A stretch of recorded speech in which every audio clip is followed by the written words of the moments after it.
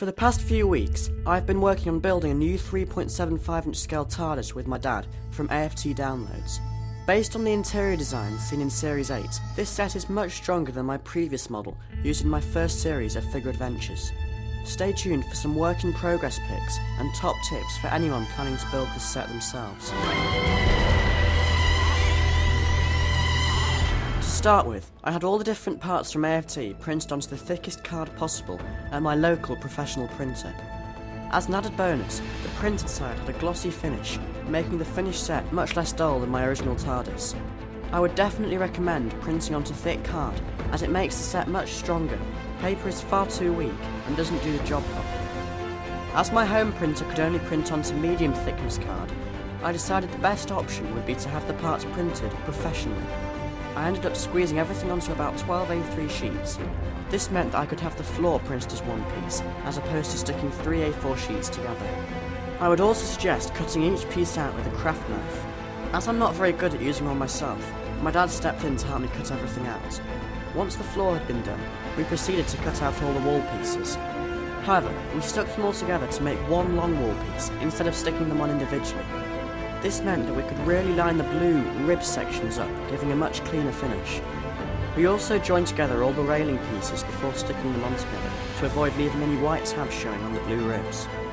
Next, we constructed the 3 bottom staircases, plus the bottom hexagonal piece, and stuck them in place. We also made the police box door section, but didn't stick it down just yet.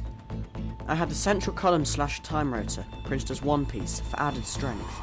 With my last TARDIS, it was a major issue, as the top section kept coming loose and not staying in place.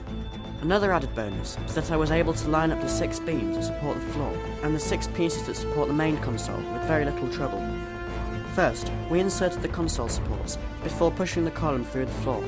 As well as the top and underside floor pieces, we also included another piece of thick card for extra strength. We then added the floor support beams, before also attaching the TARDIS door piece. For the railing adjacent to the door, we cut out the green section to make it more screen accurate. After this, we proceeded to add the 2 side consoles, then the column extension, allowing us to place the cone-shaped piece and 3 rings on. Finally, we stuck this middle section onto the base we prepared earlier. However, we did encounter some problems. To start with, the bottom staircase comes from a different wall to before, so neither staircase fits onto the middle floor piece properly. To solve this problem, we ended up cutting off the 2 rectangular tabs from the floor piece, so we could stick the staircases to it more easily. And there you have it, the finished TARDIS.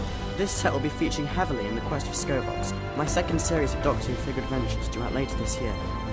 And if you do decide to make your own TARDIS, don't hesitate to ask me for any advice. I can also send any of you the A3 sheets I produced with all the TARDIS pieces on, including the 1-piece base and time rotor column.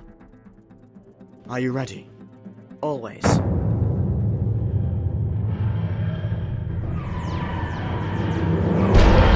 Thank you for watching. My next video will be a review of the Ice Warriors, the next instalment of my classic review series. If you missed my review of the Dalek Invasion of Earth, it's available to watch now.